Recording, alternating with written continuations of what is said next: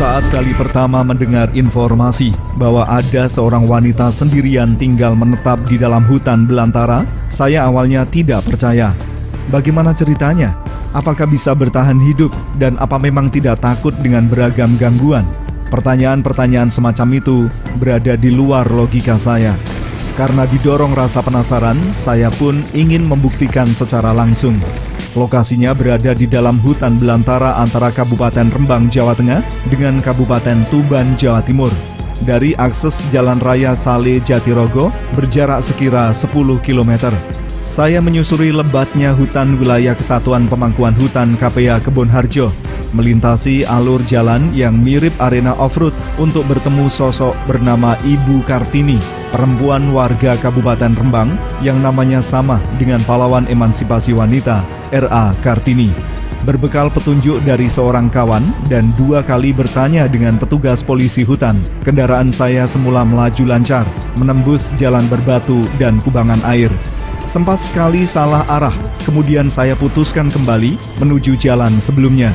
Setelah masuk perkebunan ketela yang merupakan perbatasan antara kawasan hutan dengan tanah pribadi warga, akhirnya saya bisa menemukan sebuah gubuk dan rumah panggung yang ditempati Ibu Kartini.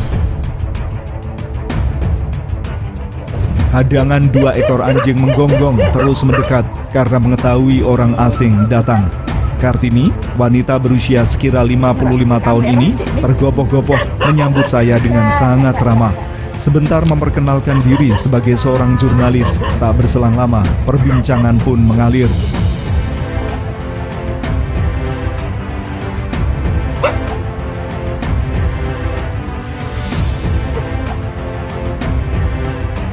Pertanyaan pertama yang saya lontarkan, bagaimana awal mula memilih tinggal menetap di hutan seorang diri? Kartini mengisahkan sejak kecil sudah tersisih dari keluarga, sehingga dibesarkan oleh neneknya yang hidup miskin. Setelah berkeluarga dan memiliki 3 orang anak, suaminya meninggal dunia. Ia rela menjadi TKW di Malaysia untuk menyambung hidup dan menyiapkan masa depan bagi buah hatinya. Kala itu, ketiga anaknya diasuh oleh nenek mereka. Saat bekerja di Malaysia, Kartini mengalami kecelakaan lalu lintas hingga menderita luka parah pada bagian kepala. Alhamdulillah, masih selamat.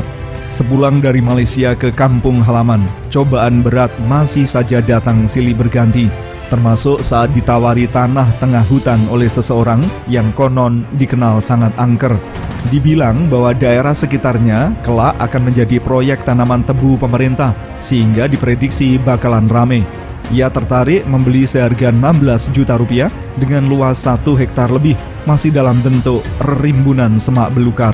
Setelah dibersihkan, Kartini mencoba bertani di lahan yang ternyata sangat subur. Mulai tanaman cabai, ketela, rambutan, jeruk, semua cocok. Kali pertama, Kartini mendirikan gubuk kecil, kemudian atas bantuan petugas perhutani KPA Kebonharjo bisa menambah dengan rumah panggung untuk tempat tidur. Setelah memutuskan menetap di lokasi itu, Kartini justru mampu bangkit dari keterpurukan masa lalunya yang menyedihkan. 10 tahun lebih berjalan, lahan di sekitar gubuknya tidak banyak berubah. Jadilah ia satu-satunya yang menetap di tengah hutan sampai sekarang.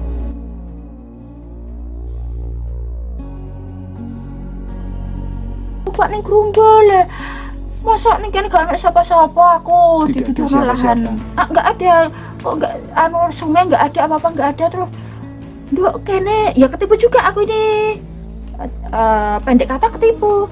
Nduk nanti kene iku karepe digawe lahan tebu kok iku bupati ngedekno kantor ning kene lahan tebu. Iku ana kantor ana pekerja kan ana kantoran ning kene ngedekno intine perumahan nggo pekerja-pekerja. Sampe rame kene. Lah itu saya semangat terus oh iya di sini kan jauh saudara sana saudara aku bisa. Kondisinya waktu itu gimana Bu? Tengah. Wih, gerumbul banget ini nggak seperti ini. Kondisinya pohon jati. Gerumbul lah, jati sudah habis dijarah orang pokoknya.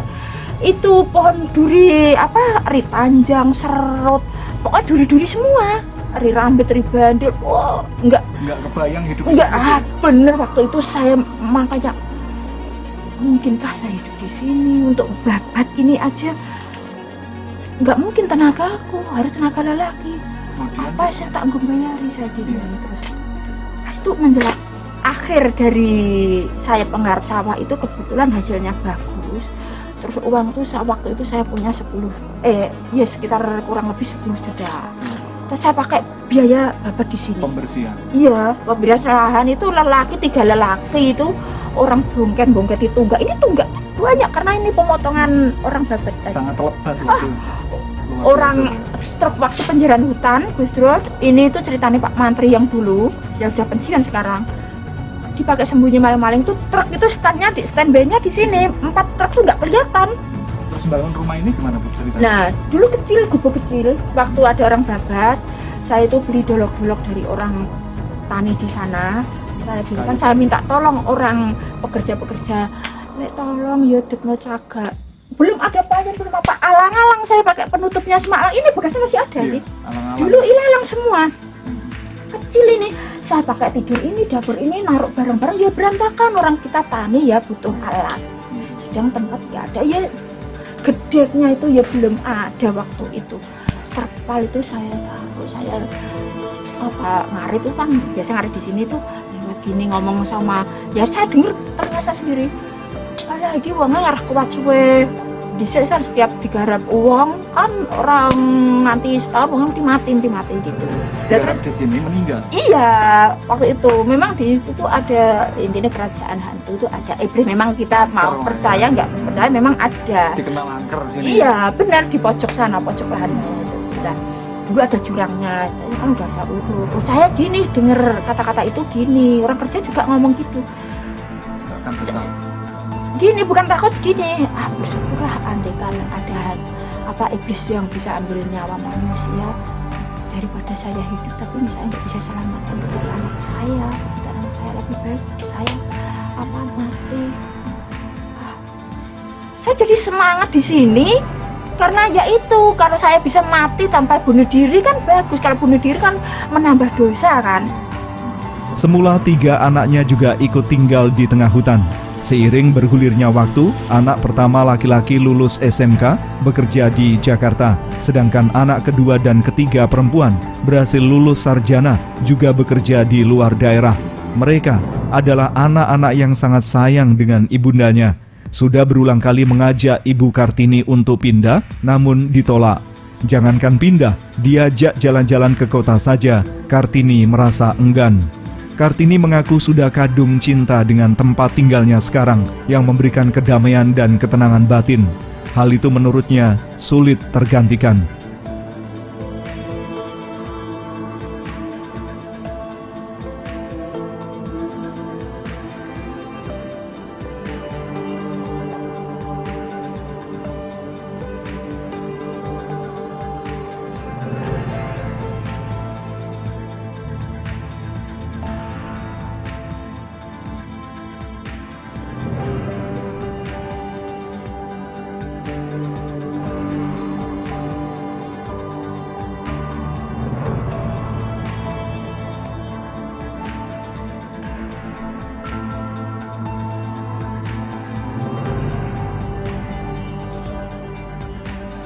Semakin tambah bertahun semakin lebih membaik, semakin bisa menguasai lahan, menguasai pekerjaan, menguasai situasi. Ibu rencana tetap akan tinggal di sini? Ya seperti itu sih, karena saya merasa di sini tuh saya bisa tenang, nggak denger saya sudah jenuh banget waktu tinggal di tengah-tengah keluarga. Saya kan pernah ditanya, Mbak, itu tuh nek sakit ya teman-temannya Bu Rini, nek kesini tuh, nek sakit gitu, terus aku bayangin nek sakit gak ada uang, sakit, padahal perut harus makan, kalau nggak makan kan lebih parah, tapi itu nggak kuat apa-apa, terus gimana makannya apanya. Sekarang kalau di sini saya sendiri takut sakit, nggak ada yang saya makan, nggak ada yang nolong, itu keadaan di sini karena sendiri ya. Sejak ke kota jalan-jalan itu termasuk tantangan. Gini nggak tahu, berat banget, saya tuh sudah banyak kecewa di tengah kota, di tengah keluarga, kecewa, luka, semua sayatan ada di dalam jiwa saya. Selama hidup sendirian di hutan, apakah tidak ada gangguan? Wanita murah senyum ini menegaskan, kalau hantu tidak pernah dilihatnya. Justru laki-laki iseng datang memang pernah. Tapi pelaku memilih menjauh saat dirinya mengacungkan pedang. Gangguan lain tentu ular berbisa. Sudah berulang kali menjumpai ular berbisa, bahkan masuk ke dalam kamarnya, sehingga terpaksa ia bunuh. Ini rimba, semua rimba. Belantara itu kan hutan jati besar kan, baru ditebang hari ini, baru selesai. Jadi kan rimbun banget. Enggak. Ya, ular tuh kalau saya memang dari kecil gak takut sama ular ya, sering. Saya tidur tuh ada ular tuh sudah sering. Bangun tidur. Pagi Mas, bangun tidur kan waktu itu gak ada jendela, gak apa kan gelap ya pagi. Dan saya bersih-bersih waktu itu. Itu pelungsungan ular itu utuh di samping saya. Berarti semalam saya tidur sama ular. Anak-anak tidur, malam-malam saya teriak apa? Hidung saya diserang kalajengking. Itu. Iya, malam kan gelap-gelap. Lampu tempel uplek itu dari minyak tanah. Waktu itu minyak tanah sudah sulit, nggak ada lagi. Akhirnya apa? Saya antisipasinya. Solar saya kasih koper barus itu diaduk-aduk, itu bisa nyala dipakai lampu. Kalau gangguan mungkin hantu atau apa? Ya bersyukur, mungkin Tuhan tahu saya penakut, takut saya mati mendadak. Karena orang takut kan terkejut kan, kalau dikata iya apa kan pasti kalau orang jantung kan pasti deg kan gitu. Disitulah saya percaya bahwa Tuhan itu tidak akan merelakan hambanya disia-sia orang lain. Selama ini nggak pernah lihat apa-apa? Dia pernah. Aman-aman saja? Aman. Justru yang nggak aman ya itu setan doyan sambel. Setiap orang kesini kan nanyanya ya gitu, nggak pernah dilihatin yang serem-serem. Banyak. Siapa bilang nggak ada? Banyak. Terus bagaimana kalau bilangnya serem? Yang serem itu kan bukan setan yang makan menyan. Ya kalau setan yang makanannya menyan baik hati sama saya. Nah terus setan yang dinyanyai sambel inilah yang sangat-sangat bahaya. Pernah saya malam-malam didatangi. Tapi bisa. Iya, karena saya ya itu bukan saya dari situ saya belajar bicara. Dulu saya sangat halus. Bener, anak saya juga kaget. Di situ kita jadi harus berani gertak orang, walaupun kita nggak bisa apa-apa, nggak tahu apa-apa. Pernah ada diganggu kemudian dengan gertak? Iya, bener. Gertakan saya apa? Saya itu bawa pedang, padahal saya ini membunuh. Jangankan kok manusia, kok ayam itu darahnya banyak. Binatang kecil itu aja, saya nggak berani, takut dosa, takut kasihan, nggak tega ada hewan menderita, saya nggak tega. Jadi saya itu nggak sengaja, itu orang itu bantu saya bikin sumur, itu punya pedang tuh ditinggal di sini. Ya intinya bukan sengaja ninggal ngasih, enggak. Dia itu kebanyakan bawa barang, akhirnya biar aja di sini. Ya udah biar di sini, biar untuk keperluan apa-apa gitu. Akhirnya sama saya itu, ya itu spontanitas saya ini. Oh, pedang. Kamu sudah tebal kulitnya gitu. Gubuk dan rumah panggung milik Kartini dulunya mengandalkan penerangan lampu teplok. Malum, di tengah hutan tidak ada jaringan listrik. Tahu sang ibu memiliki pendirian kuat tidak mau pindah, anak-anak Kartini mengusahakan jaringan listrik tenaga surya. Kini kediaman Kartini sudah terang pada malam hari, termasuk bisa cas handphone dan menghidupkan mesin pompa air. Soal kebutuhan sehari-hari manakala ada kekurangan, kebetulan ada warga yang biasa menggarap lahan persil perhutani mau membawakan barang dari dalam kampung. Tapi pada dasarnya Kartini sudah terbiasa makan seadanya, memanfaatkan beragam tanaman di lahannya sendiri. Bagaimana untuk mengusir rasa jenuh? Kartini menunjukkan sebuah radio di dalam kamarnya. Radio itu pula yang menjadi teman menuju peraduan hingga terbangun saat pagi tiba.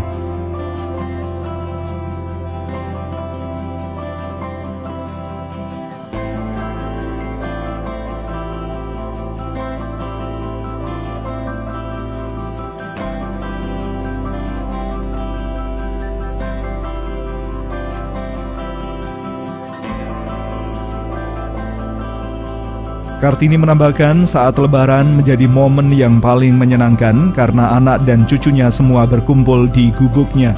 Ia sama sekali tidak pernah menutup-nutupi kehidupannya. Justru dari kisah perjuangan hidupnya, Kartini sering berpesan kepada anak-anaknya untuk selalu meningkatkan tali persaudaraan. Satu sakit, semua harus ikut merasakan. Dengan cara itu Kartini ingin anak-anaknya saling membantu dan hidup bahagia. Kalau harapan saya itu ya tetap pada di awal saya amanatkan ke anak, mereka tetap terus membentuk lingkaran, terus saling membantu satu sama lain, jangan sampai terpecah walau sudah masa akhir di akhir hidup. Jangan sampai hidup ibu itu sendiri jadi saling membantu, saling, jangan sampai kalian terlepas, itu harapanku. Jadi aku nggak pengen minta kalian balas jasa orang tua, harus dikasih barang-barang mahal, disenengke, dibangun kayak ngene ngono, tidak. Tapi aku lebih bahagia kalian rukun terus bergandeng tangan. Jam malam ini menunjukkan pukul 9:04. Saya pamitan pulang dengan rasa tidak tega menggelayuti karena harus meninggalkan Ibu Kartini sendirian berteman kegelapan malam. Ya sudahlah, saya langkahkan kaki menuju tempat parkir kendaraan. Ibu Kartini mendekat dan tanpa terduga mengulurkan tangan untuk salam komando layaknya anggota TNI. Salam komando yang saya rasa menularkan semangat keberanian dari seorang wanita tangguh.